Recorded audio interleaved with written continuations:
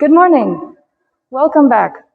We're here in Madrid, Spain at the Prado Museum, and we're continuing our Wednesday series of short conversations in front of just one artwork in the collection. And today we're going to be talking about this beautiful painting from the beginning of the Italian Renaissance, The Virgin of the Pomegranate by Fra Angelico. I'm Whitney Dennis with the American Friends of the Prado Museum, and we are a nonprofit organization dedicated to supporting the museum with as many initiatives as we can, alongside our sister organization, the Fundación de Amigos del Museo del Prado. Fra Angelico is, maybe we should look at the wall label too before we get started. We'll see who Fra Angelico is. He's a painter from the beginning of the Italian Renaissance in Florence in the first part of the 15th century. And this is one of the most exciting, one of the most revolutionary times and places in the history of Western art. He was also a monk of the Dominican order, and his religious name was Fra Giovanni. Although we don't really know him by that name today, because just after he died, biographers already started to refer to him as Fra Angelico, which kind of means like angelic brother, because of the profound religious sentiment, the deep spirituality that is transmitted in his paintings. His work is so transcendent and so moving that people even said that they thought that Fra Angelico probably couldn't even paint the crucifixion without tears streaming down his face. So this is the way we know him today, Fra Angelico.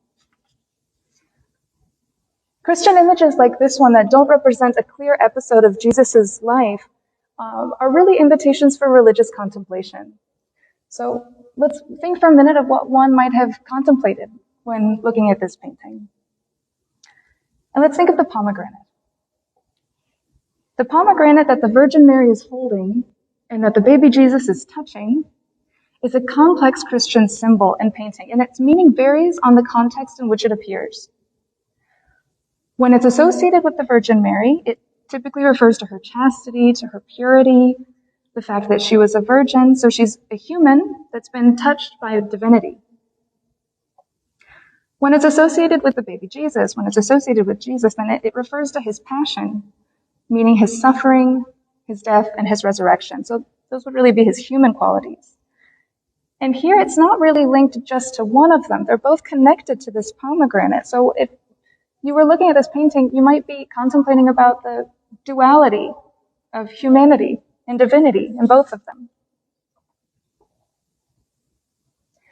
The pomegranate can also be a symbol for the union of the church. And in the time that this is painted, this would have been an important topic, because for the whole century before this was painted, there were actually two popes, one in Rome and one in Avignon, that claimed to be the real head of the church. And right before this was painted, the church was reunited again under one pope in Rome. So the idea of the unification of the church, the union of the church, really would have had political relevance for the people who were looking at this.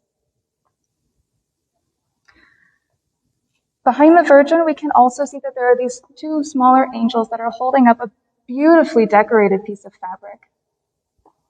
This is called a cloth of honor.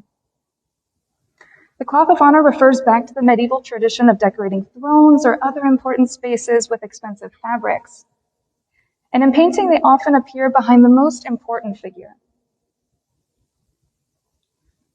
If we look at the top of the painting, we can see how it's actually been cut. The panel has been cut, and there would have been a third angel there at the top. We don't really know anything about who this was painted for, anything about its commission, but we can tell just because of the quality of the materials that it must have been a really important client, because important clients would have required expensive, hard-to-get materials like some of those that we see here, like the lapis lazuli in the Virgin's cloak. Lapis lazuli is a durable, expensive material of very high quality. And all of the background, the cloth of honor, the angels' halos, their wings, is all gold. After the gold was applied to the panel, which was a long and complicated process, we first had to prepare the panel, make the underdrawing, apply the gold, and then paint. And after the gold was applied, Fra Angelico added these finishing touches that are called tooling and punching. And this is what we call these small indentations that are made with the help of a tool to add texture. He also added a colored varnish to the cloth of honor to help us get a sense of depth adding these shadows that still let the gold shine through. The use of gold started to fall out of fashion as the Renaissance went on because other painters would start to criticize its use because it allowed a painter to really decorate a background without having to tackle the problem of perspective. And that might be a way to conceal a lack of skill. The colors here are so vibrant because they're painted with tempera. Tempera is a type of paint that combines water and pigment and some kind of natural binding element, and it makes this satin sheen matte look and provides a very pure hue. So this is why the colors look so bold and bright, and that would have been necessary to be seen in dimly lit religious spaces and also just to stand out against the brilliance of the gold leaf background. And the details that he painted are also wonderful. The small details, if we take a look at the details perhaps of her eyelashes, her eyebrows, the angel's wings. Fra Angelico's master was Lorenzo Monaco, who was a manuscript illuminator. And these are the kind of painters that specialize in small-scale miniature paintings to decorate manuscripts. So he was so skillful at these delicate, minuscule details. This painting was recently acquired for the museum with the collaboration of the Fundación de Amigos del Prado from the House of Alba. And right now you'll actually see it's on exhibit in a temporary exhibit called 40 Years of Friendship, which is commemorating the 40th anniversary of the Fundación de Amigos del Prado.